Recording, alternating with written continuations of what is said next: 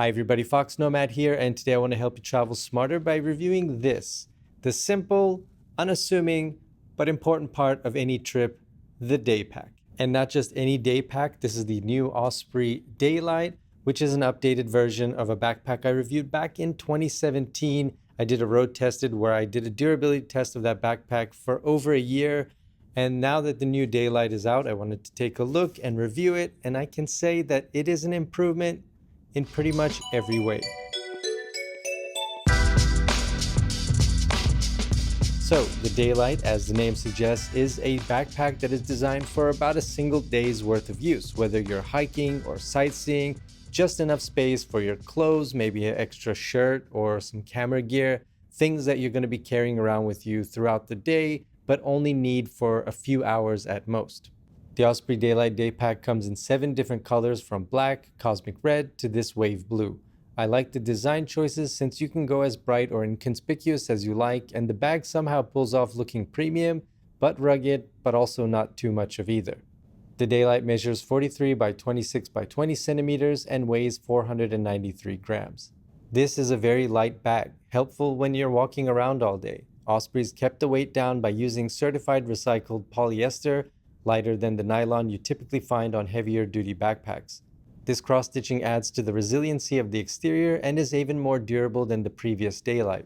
Continuing around the exterior, under the dual compression straps, you've got 2 pockets for water bottles or other small items. Those pockets use a tighter mesh than the older Daylite, meaning it won't snag as easy on things like keys if you happen to toss them in here.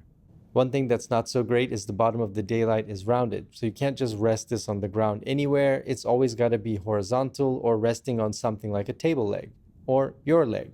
But you can find a more advanced design than the previous Daylite on the 2 shoulder straps, which are divided into 2 sections. This top part, which has some padding for comfort, whereas the bottom, where you wouldn't need it, doesn't have that padding. And this mesh makes those shoulder straps more breathable, but it also helps cut down the weight, another mark of a very thoughtful design, like these 2 elastic bands that are on both shoulder straps there, where you could hook in something like a carabiner, for example.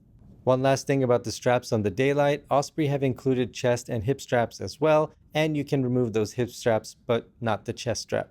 Now, looking inside the bag, there are 2 compartments. The first is this quick grab pocket on the front, which goes down about 3/4 the length of the entire bag.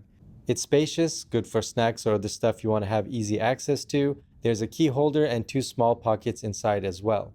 But I'd recommend, if you're using this bag for sightseeing, not to put anything too valuable in this front pocket here, because it's just a little bit too accessible. And now we're here, the pretty straightforward main compartment. It's about 13 liters with a single sleeve you might be able to fit a slim laptop or tablet into. There's a latch here as well you might use for keys, and a space for a hydration reservoir, keeping with the hiking ethos of the Daylite Daypack.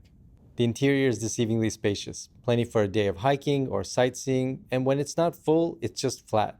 Compact, light, comfortable. I mean, even the air channel and ribbing on the back to reduce sweating is good, better than the previous version. And I think Osprey have gone away with this extra material here on the inside, which is peeling on my 5-year-old Daylite. So again, another improvement for this backpack. So Osprey have made a good bag even better, and I really like the Daylite as a day pack. It's not the smallest bag, but if you're looking for something where you can throw in a day's essentials and maybe have a little bit of extra space in case you need it, then the Daylite is a good choice.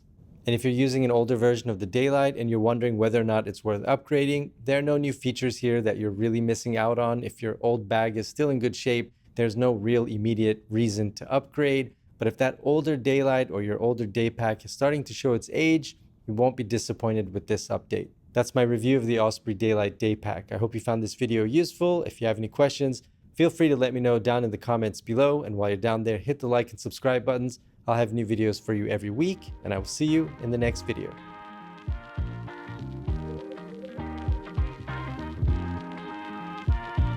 Weight of the backpack as well.